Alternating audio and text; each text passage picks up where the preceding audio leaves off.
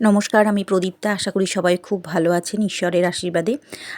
আজ যে অভিজ্ঞতাটি শেয়ার করব বা যে শেয়ার করেছে আমার সঙ্গে, সে নিজেও বুঝতে পারছে না যে ঘটনাটা কি, সে কী নাম দেবে, ভৌতিক না অন্য কিছু।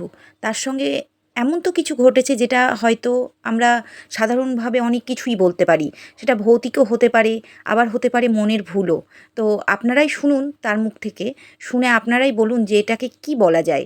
এরকম আমাদের জীবনে কি হয়?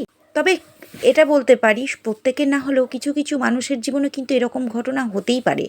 সেটা ভৌতিক হতে পারে বা যে কোনো মনের ভুল হতে পারে, যে কোনো কিছুই হতে পারে। আর হ্যাঁ, আপনাদের সঙ্গেও যদি এমন কিছু অলৌকিক ঘটনা বা ভৌতিক ঘটনা বা মজার কোনো ঘটনা থেকে থাকে, তাহলে পরে অবশ্যই আমার সঙ্গে ফেসবুকের মাধ্যমে যোগাযোগ করে ভয়েস মেসেজ করে পাঠান। তো চলুন শুনে নেওয়া যাক তার মুখ থেকে তার সেই অভিজ্ঞতার কথা। আমি আমার জীবনে এক বিচিত্র অভিজ্ঞতার কথা আজ শেয়ার করছি। আমি কর্মসূত্রে সাউথ 24 পরগনার একটি জায়গায় ভাড়া বাড়িতে বাস করি। আমি যেখানে কাজ করি সেখান থেকে ফিরতে রাত্রি 12:30-1টা হয়ে যায়।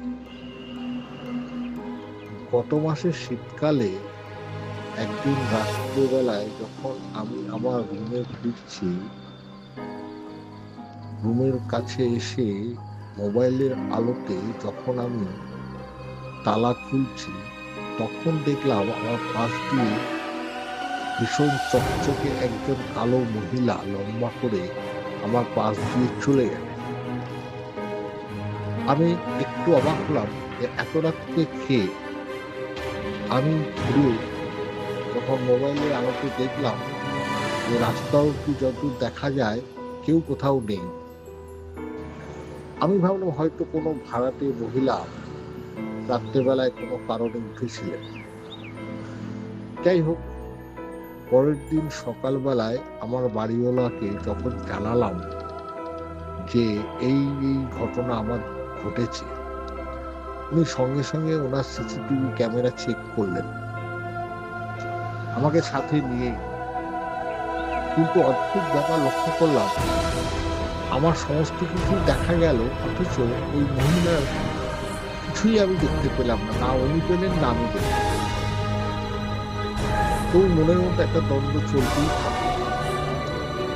যথারীতি আমি অফিসে এসে আমার কলিগদেরকে আমার সব ঘটনাটা জানাই।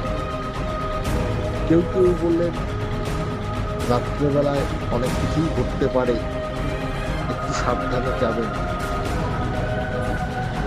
প্রসঙ্গক্রমে বলে রাখি, সেদিন আমাদের এখানে খাসির মাংস রান্না হয়েছে।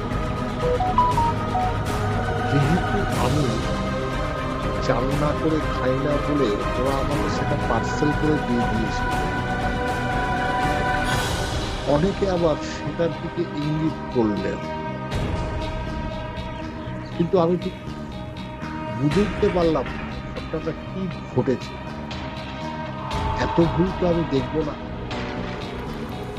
তার কয়েকদিন পরে আমি যে ভাড়াটিয়া মহিলাকে সন্দেহ করেছিলাম, ওনাকে জিজ্ঞেস করলাম যে 19 তারিখে রাত্রেবেলায় কি আপনি বেরিয়েছিলেন? উনি বললেন অসম্ভব, রাত্রে তো আমরা জেগেই থাকি। জানি না, আজ পর্যন্ত আমি এর কোনো ব্যাখ্যা খুঁজে পাইনি। আমার জীবনে অনেক এরকম অদ্ভুত ঘটনা ঘটেছে, তার মধ্যে এটা একদম সাম্প্রতিক কালের ঘটনা। যাই হোক, আপনাদের সাথে শেয়ার করলাম। ভালো থাকবেন। নমস্কার।